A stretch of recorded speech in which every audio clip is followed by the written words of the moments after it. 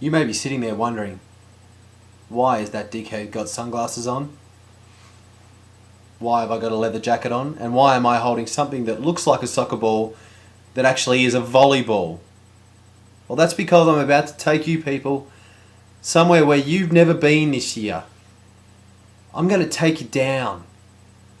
I'm going to take you somewhere you can only think of in your wildest dreams.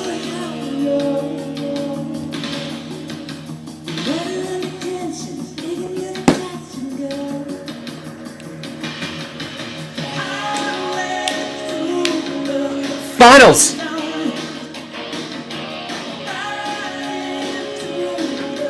Finals!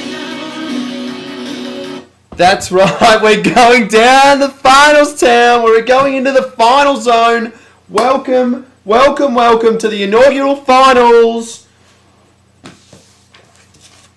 Rockwaz ran, and what an exciting week it is. Now, the thing is, I'm sitting here, I'm thinking, oh, let's focus on finals. But you know what? There are bigger things in the SAFL this week than finals. And that's a big statement, and I'm going to go to them first. The first thing I want to cover off is someone who I think I can call a good friend of mine. Someone who I've never ever spoken to before, but still consider him a good friend. This is my friend Yoga Bonito. Yoga Bonito. I kind of like saying Yoga Bonito. That may not be the way you say it, but anyway, I've got some correspondence from the Yoga. Dear Rock, that's me. I'm a long-time admirer of your work and a championship stalwart. That's all I wanted to mention about your correspondence, Yoga. No, just kidding. I'm just concerned with the lack of attention that Yoga has received this season, referring to himself in the third person. Rockwell likes that. After being in dire relegation trouble early in the season, and to make the finals has been a great effort. I've also done this with Presti, so you know what this turns into? This turns into a quasi. Oh, Presti watch. Actually, the way that sign was the way Presti was running after he copped one from JB the other night. Presti's a mainstay of his backline all season. No wonder he'd kind of looking relegation-ish there, Yoga.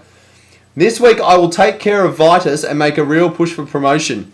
Yes, you will take Vitus, because Vitus is on a screaming downhill run that's not going to be stopped by Chapman or Montagna or Fraser or any of those lot this week.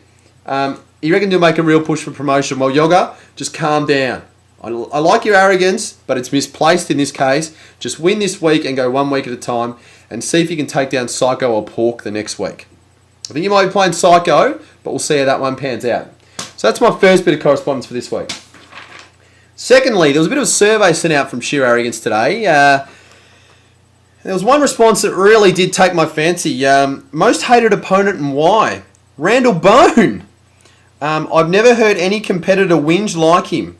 He also posts quotes in the coach's box such as, well, so much to that, but today I was dodging bulls through the streets of Pamplona.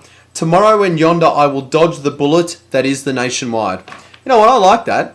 I actually like that. And Randall Bone's not my most hated person. You know why? Because he took down the Mexican last week.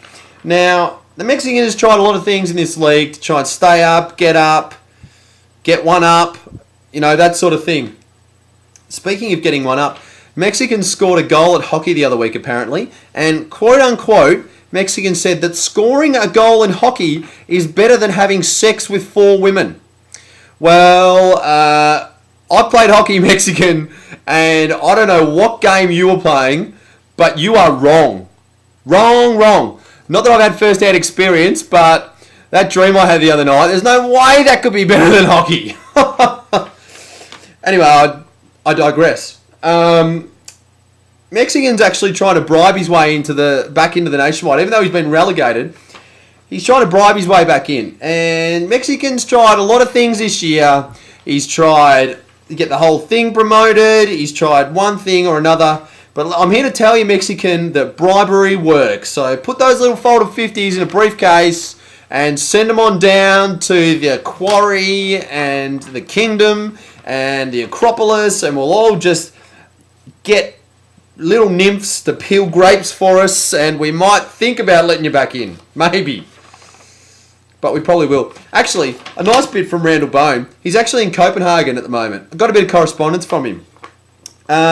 He did want to whinge about the fact that he had one of the best percentages in the nationwide, etc., etc. But what he did want to point out is that even though the boys finished 14th, he's still taking joy in the fact that the bottom 8 finals, he gets to play Mexican Eddie Betts again this week. He loves it, the boy. He's going to take him down once, he's going to take him down 2 times. Now, I'm going to move on to an absolute disgrace, despicable act that happened in the championship this week. The so-called barrel makers, the man who changed his name, who shouldn't even be in the fucking league, 1784, huge score. Against Don't Hate Me, 1,233, Don't Hate Me. Well, you know what? I do hate you. It's outrageous. Biggest display of tanking since Dean Bailey moved James Frawley to full forward. Don't Hate Me is going to struggle to stay in the championship if I have anything to do with it. In fact, barrel makers will struggle as well. Mexican Eddie Betts, increase the catch and I'll be on your side. That's how much I hate. I hate the Mexican, but I hate what they did more. Because Rakers Ruffians just scored 2,200 this week, and he's been denied a place in the final by these piss-weak ants who's scoring nothing. That's Rockwar's rant. That is a rant from Rockwar, and it doesn't like it. I'm going to briefly go through the finals in the championship and the nationwide and who's going to win. Pork Pies wins. I think Midget Fan Club's got me this week. I've just got a bad feeling. Joga Bonito will beat Vitus. Angry Beasts will beat the Barrel Makers, and that'll just mean I play the Angry Beasts, which will just... I'll be shitting myself. Wally Zoopers will win. Young Bloods will win. Tiger Cubs versus the Militia. Well, there was a bit of gear going on there with the Militia just doing a bit of dancing. That's what I heard. Never saw it because I just got told by the media manager it was all just on the down low at the Militia. The Militia win. That's what I'm going to say. The Militia win on the back of Chapman. Out of there!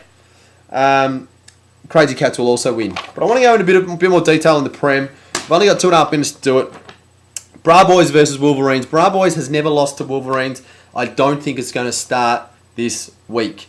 Bra has Adcock and Higgins injured. I think there's a bit of ex-Ellis floating around in one of those teams. But Bra in the last 3 weeks has been averaging about 75 points more than the Wolves. Bra wins.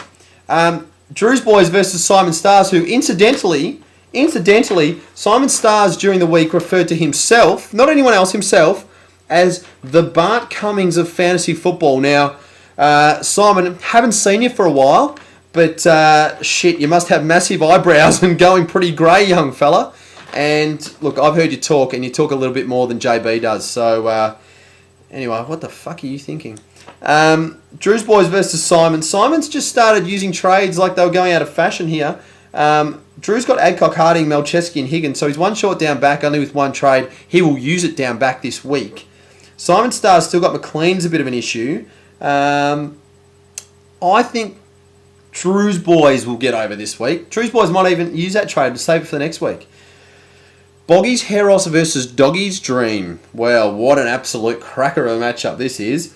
Past 3 games average score, Heros 2-2-2-1. Past 3 games average score for Doggy 2-2-2-6. There's nothing in it. Doggy's got Chappie, but he's also got more trades than the Heros. And Heros will use it this week. Doggy will use 2. That is my prediction. And maybe the Chappie things come for a good time with Doggy. Downgrade Chappie to, say, another genuinely good forward and upgrade somewhere else. I think Doggy takes him down. South Yarra versus Cameo Kings. Well, I'm not going to talk about you, South Yarra, because you let Chubba stay back up. Absolutely ridiculous behaviour. So I want to bid farewell from the Premiership to Hearts and Handbags and Ladyboys. Hearts, you could have done it last year, you bastard handbagger. Tri Travel and Bar 104s, they played out one of the highest scoring games in the SAFL history on the weekend. Tri Travel beat Bar 104 1647 to 1604, huge. And Mexican still on appeal, pending bribes. Autobots, well, nothing else is ever going to happen to you. This is Rockwar. My 10 minutes is almost up. Just remember, we're all going down to the final zone, and I will be back next week to talk a massive roundup of SAFL action. See you later,